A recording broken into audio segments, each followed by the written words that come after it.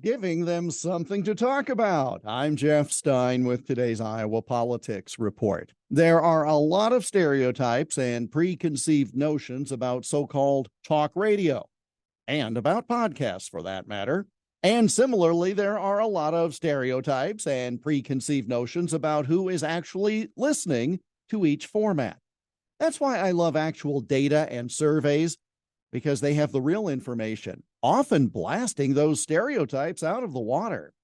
Edison Research's latest Share of Ear survey about audio says over the past 5 years, podcast share of time spent with talk or personality audio content has more than doubled among adults overall, nearly doubled among those aged 25 to 54, and tripled among those aged 35 to 64.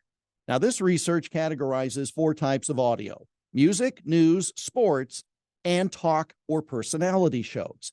When comparing the last part of 2017 with the last part of 2022, 5 years later, the share of audio time those 18 and older spent in the talk personality category more than doubled, from 23% to 49%.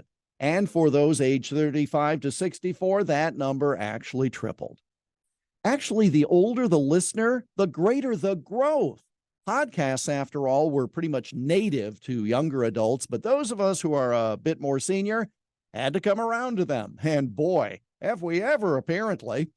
Also of interest, podcast listeners are 45% more likely than the U.S. population as a whole to have graduated from college, and 50% more likely to have a postgraduate degree.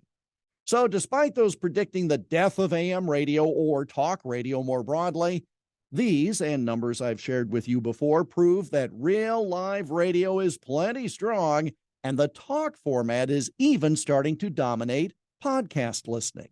So whether you're listening to this on the radio or, yes, even via podcast, thanks. And that's the Iowa Politics Report for Friday, May 5 on Twitter, Instagram, Getter, and Truth Social at Iowa Politics. I'm Jeff Stein on News Talk 1540 KXEL.